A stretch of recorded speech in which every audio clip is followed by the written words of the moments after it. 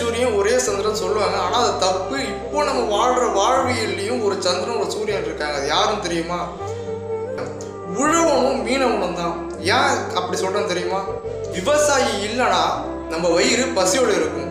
மீனவன் இல்லைனா நம்ம கடல் உயிர் இல்லாமல் இருக்கும்.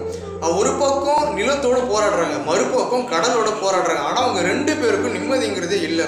ஏன் தெரியுமா? விவசாயியின் வேர்வை கடலில் விழுந்தாதான் நமக்கு உணவு வரும்.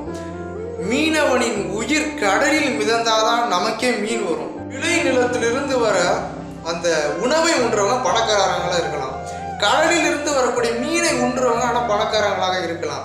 ஆனால் அதை விளைவிப்பவனும் தன்னோட உயிரை அர்ப்பணிப்பவனும் மட்டும்தான் இன்னும் ஏழ்மையாகவும் வறுமையுடனும் இருக்கிறான். இது ஆபத்து, இதிலிருந்து எந்த லாபமும் கிடையாது அப்படின்னு தெரிஞ்சும் ஏன் நம்ம இந்த தொழிலை கைவிடாமல் இருக்கான்? இந்த நிலத்தின் மீது அவன் கொண்ட காதல், இந்த இயற்கை மீது அவன் கொண்ட காதல், இந்த கடலின் மீது அவன் கொண்ட காதல். அரசியல்வாதிகள் என்னமோ இவங்க 2 பேருக்கும் காமிக்கிற அக்கறை என்னமோ கொஞ்சம் தான். ஆனால் இவங்க 2 பேரும் நமக்கு செய்கிற தியாகம் இருக்குது பார்த்தீங்களா? அது வார்த்தையெல்லாம் சொல்லவே முடியாது. உயிரை காப்பாற்றுற டாக்டரை கடவுள்னு சொல்கிறோம். ஆனால் அந்த உயிரை வாழ வைக்கிறவங்க நம்ம என்னன்னு சொல்கிறோம்? ஒரு டாக்டரே தன்னோட பேருக்கு முன்னாடி டிஆர்னு போட்டுக்கும் போது இங்கே உள்ள உயிரையும் இங்கே உள்ள இயற்கை வளத்தையும் காப்பாற்றுற நீங்கள் ஏன் தன்னோட பேருக்கு முன்னாடி உழவன் மீனவன் என்று போட்டுக்கொள்ள முடியும்? உங்கள் அனைவருக்கும் நன்றியில் விடுவது நான் உங்கள் அண்ணன்.